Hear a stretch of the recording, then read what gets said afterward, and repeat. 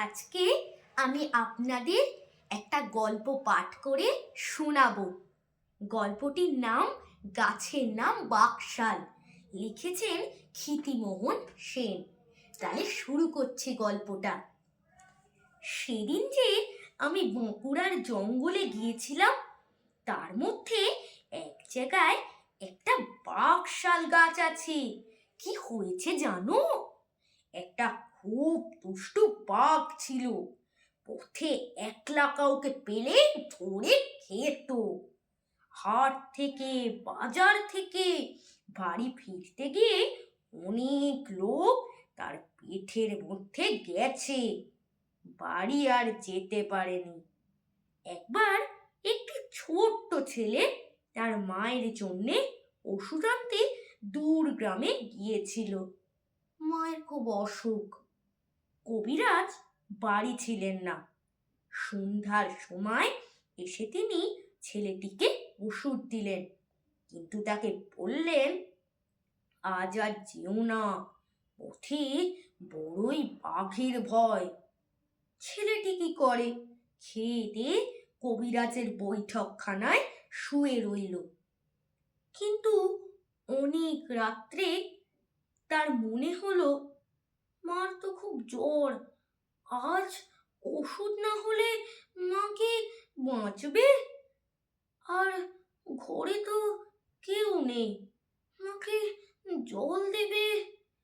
এইসব ভেবে সে রাত্রি এক প্রহর থাকতে উঠে রওনা হলো। সবাই তখন ঘুমিয়ে, তাই কেউ তাকে মানাও করতে পারল না। ঘোর অন্ধকার জঙ্গলের মধ্যে দিয়ে সে চলেছে। অনেক দূরের পথ, একটা লোকেরও সারা শব্দ নেই। এমনি তো জঙ্গলের নির্জন পথ, তার উপর রাত্রি, তাতে আবার ভীষণ বাঘের ভয়। তাই ছেলে মানুষ, 12 বছর মোটে বয়স, তবু মায়ের কথা ভেবে সে কিচ্ছু গ্রাহ্য না করে ওই অন্ধকারে এগিয়ে চলেছে। তখন শেষ রাত্রির পাখিগুলো ডাকতে আরম্ভ করেছে।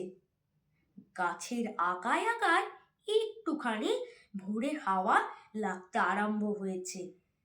তার গ্রাম পাহাড়ের ওই পারে, তখন আর খুব দূরে নয়। ছেলেটি ভাবল, যাক, আর ভয় নেই, এখনই গিয়ে মাকে জল দেব, ওষুধ দেব, এসেই তো পড়েছি। ও মা! তখন কি ভয়ঙ্কর শব্দ! জঙ্গলের সেই প্রকাণ্ড বাঘ তার লেজটা লটপট করে তার পথ বন্ধ করে সামনে এসে দাঁড়ালো। ছেলেটি তো ভয়ে কেঁপে উঠল। তার গায়ে বা জোর কি, আর হাতে একটি লাঠিও নেই, থাকলেও বা কি করতো? সে ওষুধটা কাপড়ে বেঁধে কাঠবেড়ালির মতো তরতর করে একটা জোড়া শাল গাছের উপর উঠে চড়ে গেল। জঙ্গলের দেশে ছেলে তো, সবাই তাই খুব কাছে চড়তে পারে। বাঘ তো রেগেই খুন, তার জিভ দিয়ে জল বেরাচ্ছিল। দুই একবার জিভ দিয়ে তাই চাটলো।